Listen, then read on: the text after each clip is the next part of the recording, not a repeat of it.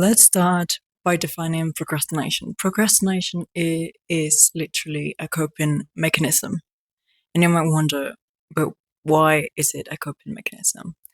Let's just say that procrastination has the objective of calming yourself down whenever you are feeling stressed. So I'm going to read some notes just so you know, but what many people don't know is that negative experiences can affect us greatly without even noticing. And when we talk about experiences, many people think it's a trauma, but I haven't experienced anything so shocking or so bad or so terrible. But let's talk about trauma. The thing is that most of us are aware that strong and severe trauma can affect us on a physical and emotional level. However, let's understand that trauma can be also negative experiences, but even if it was not a life or death situation, it was a very awful experience that the brain remembers and is going to avoid those type of situations because amygdala, the limbic system, is going to help us survive because it is, if it was really this bad and we don't want to go through that again, we have to be careful if something reminds us of it or if it causes a similar emotion, if it triggers an emotion that is similar to that event that marked you in a way, even if it wasn't that big, it still affected you. So let's just go with the definition of trauma. Trauma is defined by a distressing event that overwhelms coping abilities, causing emotional, cognitive, and physical effects. Now, I have an example. When I was little, I've always loved singing, always, but there was this family gathering where my voice was changing in a way. I don't know why, because I understand that usually boys go through this phase, but my voice changed because it turned lower, which is what you hear now, because my voice was changing from a child tone to a more adult tone. The thing is that I was not used to that configuration of my voice, if you may. And I was singing a song, could actually sing perfectly with no stress and without any effort. But that time I missed a note and it sounded terrible. It was terrible. It was awful. And one of my uncles recorded. So afterwards, of course, I felt embarrassed and I did not want to go through something similar ever again. That's why, even if I love singing and if my dream has always been a singer, I have always avoided being the center of attention. I have always avoided being like, I always avoided crowds, large crowds when it comes to singing or doing anything in particular because I've been so afraid of embarrassing myself. So, what does that have to do with procrastination? I'll tell you. In my case, I've always wanted to be in the public media, to make videos like this, to sing in front of people. But because of this experience, whenever I had a chance and an opportunity, I would procrastinate. I would postpone whatever I had to do to accomplish my goals. If I had to go to a recording studio to sing and record a song, I would say, well, but I haven't trained enough, so I don't sing as well right now. Therefore, maybe I'm just going to postpone all my project later until I feel ready. Trigger warning. I never felt ready. I spent 5 years waiting for that moment to come, and now I'm 24 and I just started working on my EP. And it took me so long. Of course, there's many examples I can give you. For example, I have always been afraid of failure because I'm a perfectionist, and what people don't see is that I'm a true perfectionist. I don't want to do something if I am not sure that I'm going to do it perfectly. That's what many people don't understand, because many people think that I'm lazy, many people that I am never going to achieve anything. And the same happened in school even. I was not the best student at all because every single task that there was, even if it was very little, I was unsure about how to do it because I did not want it to fail. Therefore, I was just like, I will do it later, later, later, until it was the due date, and I will try to do it as soon. I will try to finish it as quickly as I could. There were moments when I would get a 9, like an A, a B plus, which you might think great, but you'd still achieve it. Why were you a terrible student? Because when it comes to exams or large projects, I cannot do too much. I mean, with small tasks, small homeworks, it's okay. But when it comes to a large project that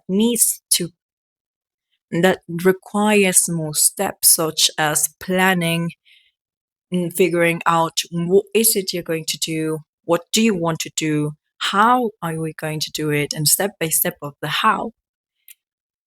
I have noticed that if an instruction is abstract, it's easier for me not to view it as something I have to do. So if it triggers some anxiety in me, because if I want something because of the need for perfection or the fear of failure, I, yeah, I would procrastinate.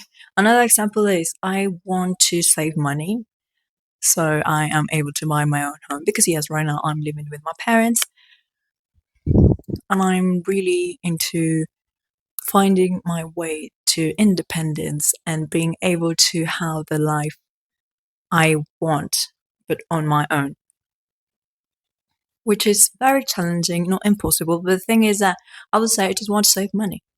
Save money for what? Save money for what? That is the reason why I spent years. I started working when I was, well, very little, but working officially 18 years old. And I was just very happy with money. I would spend it on things that I liked, and I would say, "Oh, I deserve it, so I'm going to spend it. So I'm going to spend some money and have the things that I want, just because I need that happiness for a few minutes." I realized that I felt frustrated, but why? Because I had no money to be independent. Because I still don't have that power for that. So I started to analyze what is it that I'm doing that is not helping me. Obviously, saving money is not like a specific goal. What do I want to save money for? I want to save money for a home, for education, to be able to buy for medicine if I ever get sick or something, for medicine. I want to save money to have a peaceful life. So, what are the steps?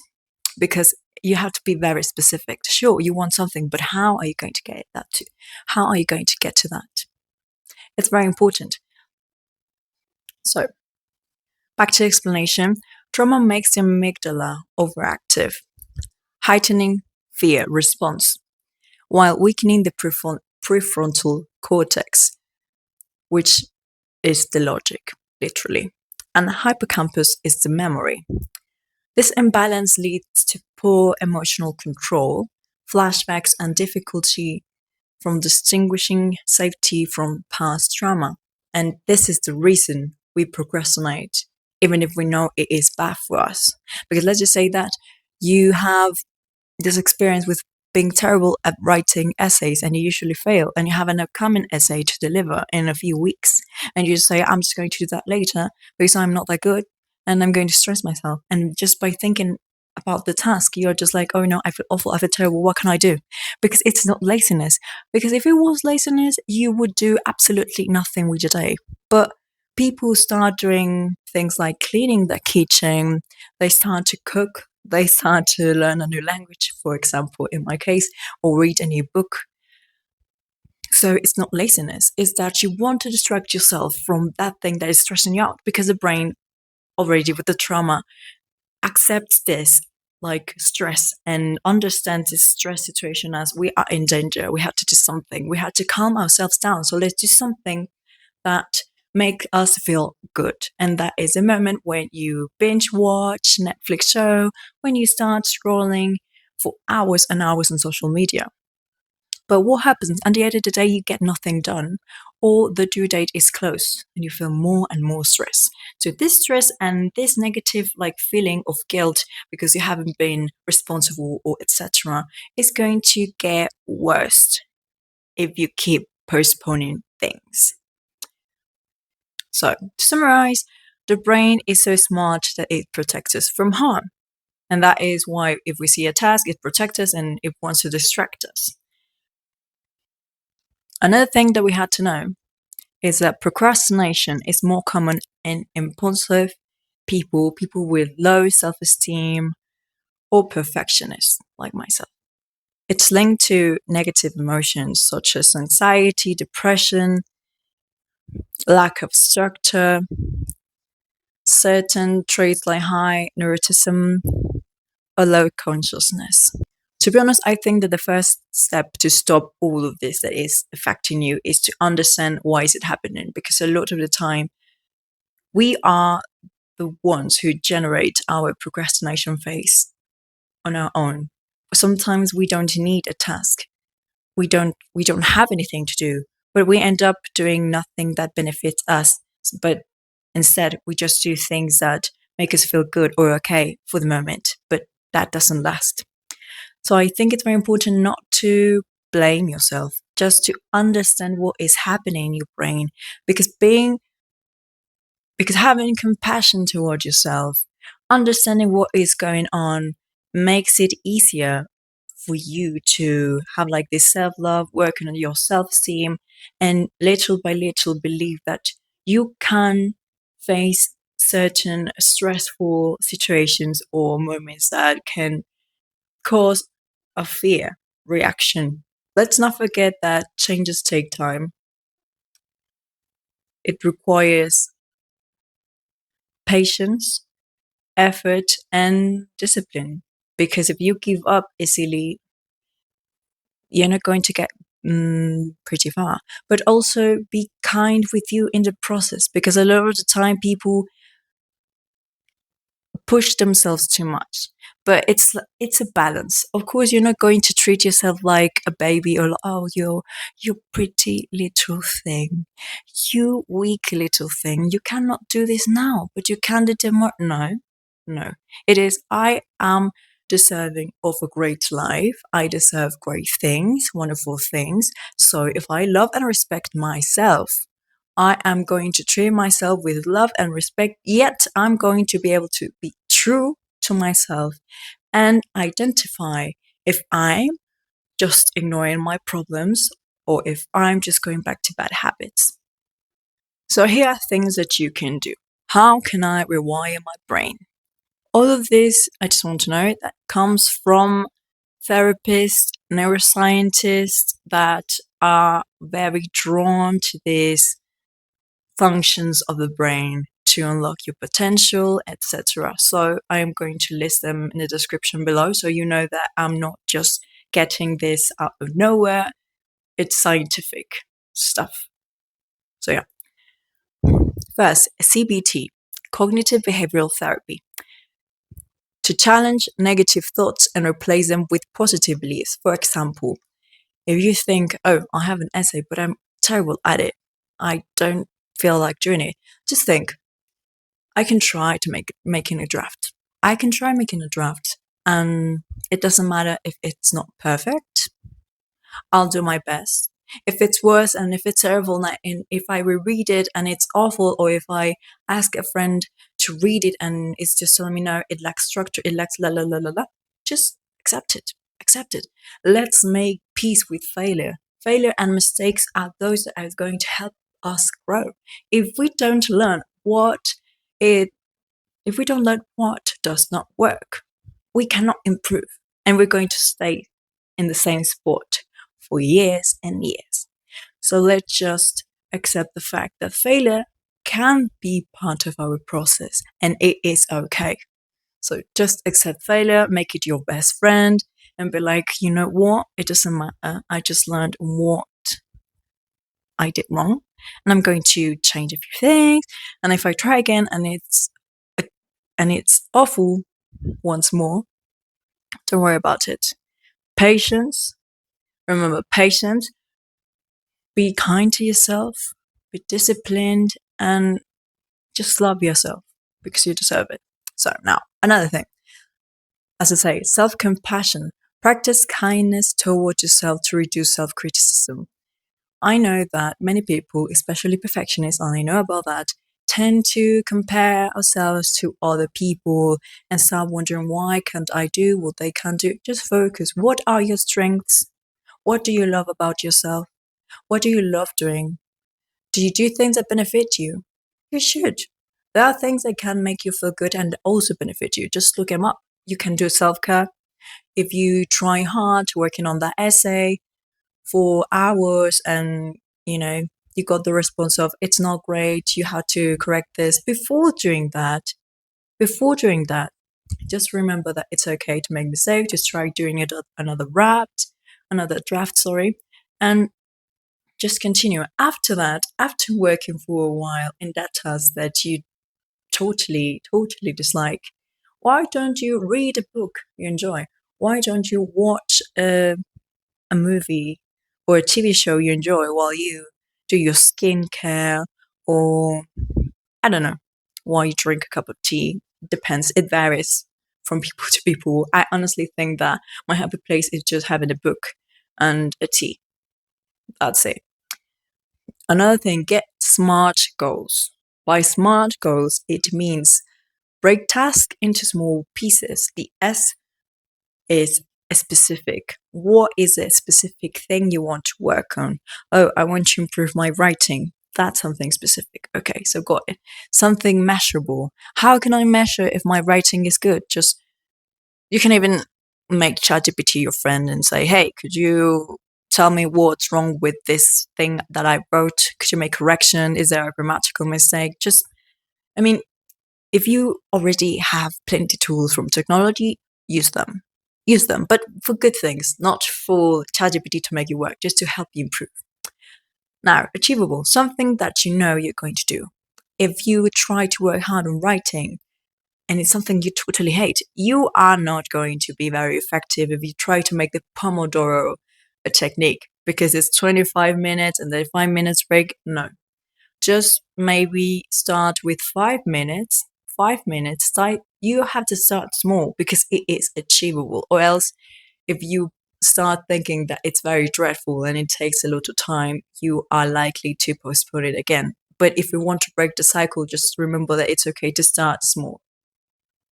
Now, realistic. Just be honest with what you can accomplish. If you think, oh, I can read a bit of this research to start summarizing things to write into my essay, great, but just be honest. Are you able to read 2 large paragraphs, 2 pages, 2 chapters? Be honest with yourself, because if you try to overdo, you're not going to get too far, and it's likely for you just to do it 1 or 2 times, and there's not going to be a lot of compromise there. And time, just starting to set certain limits. For example, I'm going to finish the introduction, or the introduction in 2 days, and then I'm going to start with all the evidence and all that comes after the introduction in 3 days. Probably 4. It depends. And for the conclusion, I'm just going to have to reread my essay, and that takes me, I don't know how many minutes, and I'm going to analyze what's the best thing. So maybe a day or 2, so I can have the opportunity to reread all the essay and make a few corrections, etc. You don't put due dates yourself. You're just going to feel like it's not that urgent, and you might forget, and you must postpone, and continuing with the cycle. Another thing is neuroplasticity. Reinforce positive habits and visualize success regularly.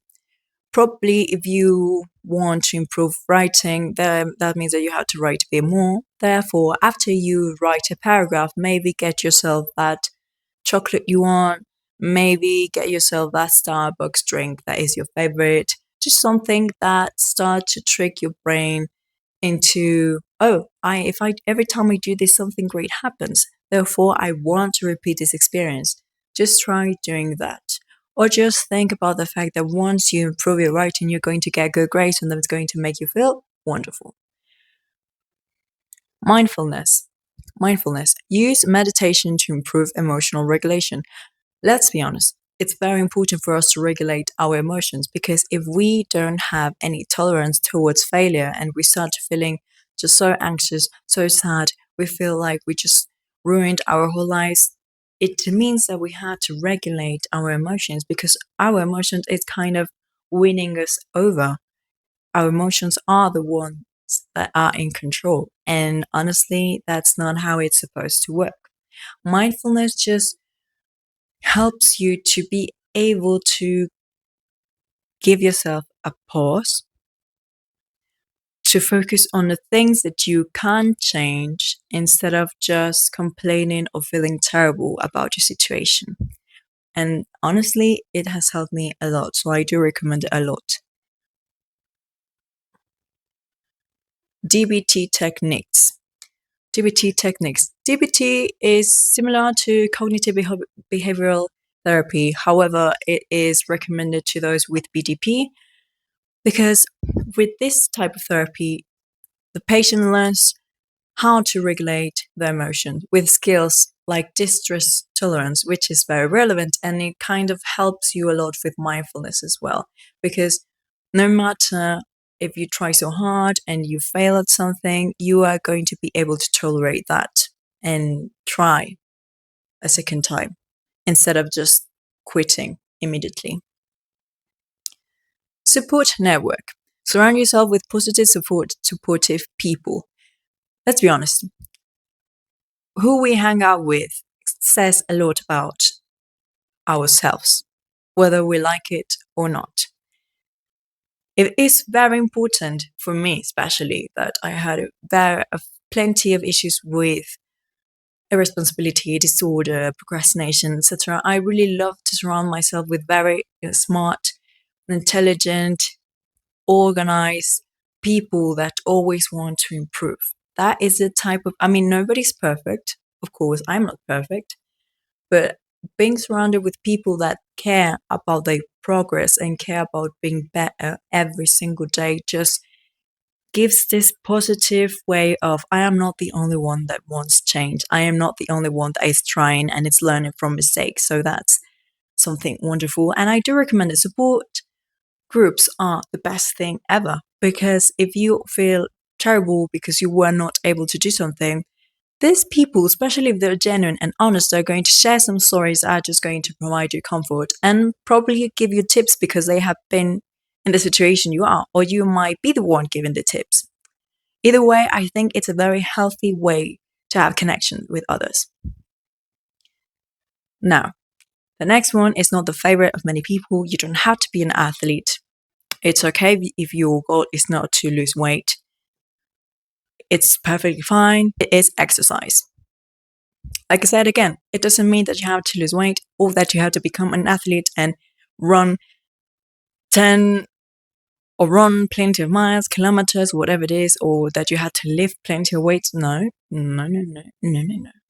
It just means that if you give yourself movement, you're going to boost your mood and self-esteem with regular physical activity. So just think about it, and you're going to feel better about yourself, more confident in your body because you feel flexible, you will feel that you have this ability to be agile, you're going to have energy, and you're just going to feel better.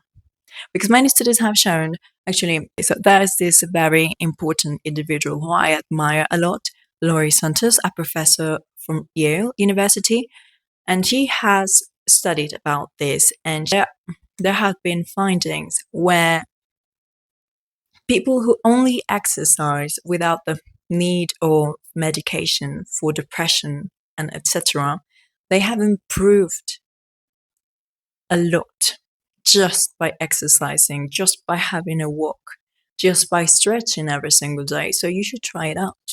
If science is the one that is telling us that this is true, that it is a fact, we should just listen to that. So don't give up, because you deserve the best in this world, in this life.